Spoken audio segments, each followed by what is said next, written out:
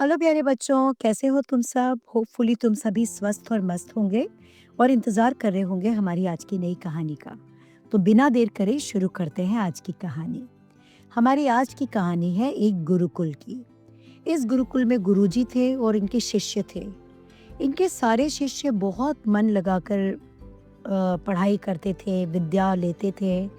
गुरुजी भी उन्हें बहुत तरह का ज्ञान देते थे, उन्हें अनुशासन सिखाते थे। और बच्चों, गुरुकुल में क्या होता है कि आप बहुत सारी एक्टिविटीज़ सीखते हैं, बहुत सारे स्किल्स सीखते हैं और बहुत सारा डिसिप्लिन सीखते हैं। सबसे बड़ी बात है, वहाँ रहकर सारे काम खुद करने होते हैं और शास्त्रों को पढ़ना होता है। तो गुरुजी के जो जितने भी शिष्य थे वो बहुत अच्छे थे, बहुत ही सिंसियर थे और एक से एक ज्ञाता थे। सब यानी पढ़ाई में बहुत ही अच्छे थे। ऐसा होता है ना कई बार क्लास में भी कि कौन फर्स्ट है, कौन सेकंड है, डिसाइड करना मुश्किल होता है, सभी के इतने अच्छे मार्क्स होते हैं। तो गुरुजी भी इस चीज़ को लेके बड़े असमंजस में थे कि कौन श्रेष्ठ है। एक बार की बात है कि राजा के यहाँ पर एक बहुत बड़े अनुष्ठान के लिए जाना था और वहाँ पे सिर्फ एक ही शिष्य को ले जाना था। और अब गुरुजी को जानना था कि इन सब में से वो किसको ले जाएं जो सबसे श्रेष्ठ हो, जिसके अंदर प्रेजेंस ऑफ माइंड हो, जिसके अंदर उस तरह का जेस्चर हो जो वहाँ राजा के दरबार में जाकर काम आए। तो राजा ने इन सब की परीक्षा लेने गुरुजी ने इन सब की परीक्षा लेने की ठानी और गुरुजी ने एक बहुत ही मुश्किल क्वेश्चन पेपर बनाया, प्रश्न पत्र बनाया, ठीक है, और सबको दिया। लेकिन सारे बच्चे, जैसा कि मैंने बताया, बहुत होनहार थे।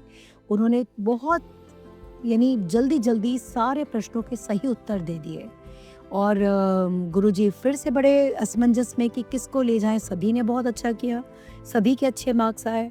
तब गुरुजी ने सोचा कि चलो इनके स्किल्स को जो मैंने सिखाए हैं उस स्किल्स में देखता हूँ कि कौन बेस्ट करता है। लेकिन उसमें भी सभी के इक्वल मार्क्स आए। अब गुरुजी बड़े असमंजस में कि ले जाना सिर्फ एक ही शिष्य को है और बेस्ट इनमें से चुनना है, अब क्या किया जाए। तभी गुरुजी को एक आइडिया आया, एक युक्ति सूझी और गुरुजी ने कहा कि शायद ये युक्ति काम कर जाएगी और इसके सहारे में इन सब में से बेस्ट और सबसे ज़्यादा जो होशियार है ना, उस शिष्य को चुन पाऊंगा। और फिर गुरुजी ने क्या किया कि गुरुजी ने अ, अपने सभी शिष्यों को बुलाया और शिष्यों को एक-एक केला दिया, बनाना, है ना, केला दिया और कहा कि ये प्रसाद का केला है ना, ईश्वर के प्रसाद में अर्पित किया हुआ केला है और इसे ग्रहण करो। अब गुरुजी हर बच्चे की एक्टिविटी देख रहे थे बहुत ध्यान से। तो उन्होंने देखा कि कुछ बच्चे जो थे उन्होंने ये प्रसाद का केला है, ये सोचकर उन्होंने छिलके के साथ ही केले को खा लिया, है ना, ये सोचते हुए कि पूरा प्रसाद का मिला हुआ है तो इसको फेंकना तो अच्छा नहीं है, छिलका भी अगर हम फेंक देते हैं तो ये प्रसाद का अपमान है। तो गुरुजी ये भी देख रहे थे। हालांकि उनके इस एक्ट में प्रसाद के लिए बहुत ज़्यादा रिस्पेक्ट नज़र आ रही है ना। तो और कुछ बच्चों ने क्या किया, कुछ जो शिष्य थे उनके डिसाइपल्स थे, उन्होंने क्या करा कि केला खाया और जैसा कि अक्सर हम करते हैं छिलके को यूं ही फेंक दिया, है ना। कुछ बच्चों ने तो बहुत रैंडमली यूं ही डाल दिया रास्ते में ही कि कोई फिसल कर गिर जाए, है ना। और कुछ बच्चों ने साइड में डाल दिया, डस्टबिन में डाल दिया, लेकिन उन्होंने छिलके को फेंक दिया और केले को खा लिया। इन सारे शिष्यों में सिर्फ एक शिष्य था जिसने अपने केले को खाया और छिलके को ले जाकर आंगन में बंधी गाय को खिला दिया।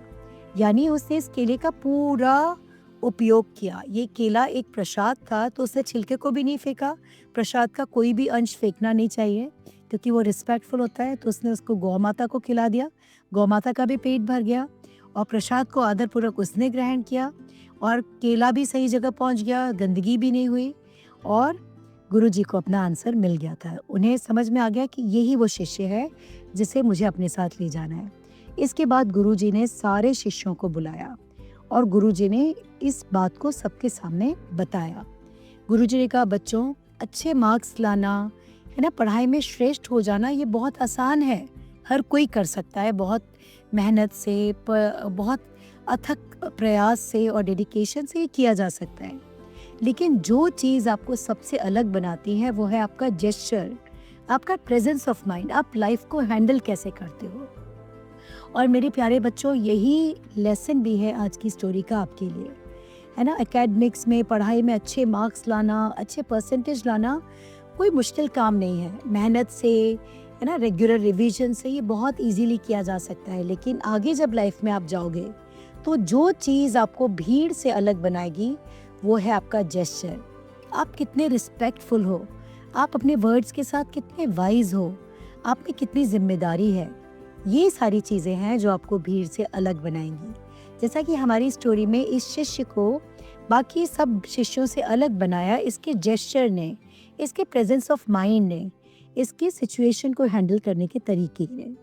और फिर गुरुजी ने फाइनली सबको ये बात बताई, और जिस शिष्य ने छिलका गाय को खिला दिया था और केला खा लिया था, उसको गुरुजी ने चुना और उसको लेकर वो बहुत बड़ा जो अनुष्ठान था राजा के यहाँ, उसको लेकर गुरुजी गए। सारे शिष्यों ने भी ये बात सीखी कि उन्हें अपने जेस्चर पे काम करना है। हर छोटी बड़ी चीज़ जिसे हम अक्सर बहुत इग्नोरेंट समझते हैं, है ना, उस पर भी हमें ध्यान देना है। और यहाँ ये स्टोरी बताते वक्त एक मैसेज जो मैं हमेशा देती हूँ वो ये, जैसे इस बच्चे ने इस केले के छिलके से गंदगी नहीं फैलाई, है ना, इसी तरह से हमें भी घर में निकलने वाले छिलकों से कंपोस्ट बनाना चाहिए। हालांकि ये स्टोरी से रेलेवेंट नहीं है, पर मैं ये मैसेज ज़रूर देना चाहती हूँ कि गार्बेज मैनेजमेंट का भी हमें सोचना चाहिए। ठीक है, तो यही थी हमारी स्टोरी और स्टोरी का लेसन। होपफुली ये स्टोरी आपको पसंद आई होगी। इस स्टोरी को अपने friends, relatives, neighbours, cousins, school friends सबके साथ शेयर करना मत भूलना। हमारे चैनल को झटपट सब्सक्राइब कर लेना। कल मिलते हैं फिर से एक नई स्टोरी के साथ। तब तक के लिए ढेर सारी ब्लेसिंग्स के साथ take care, bye bye, lots of blessings.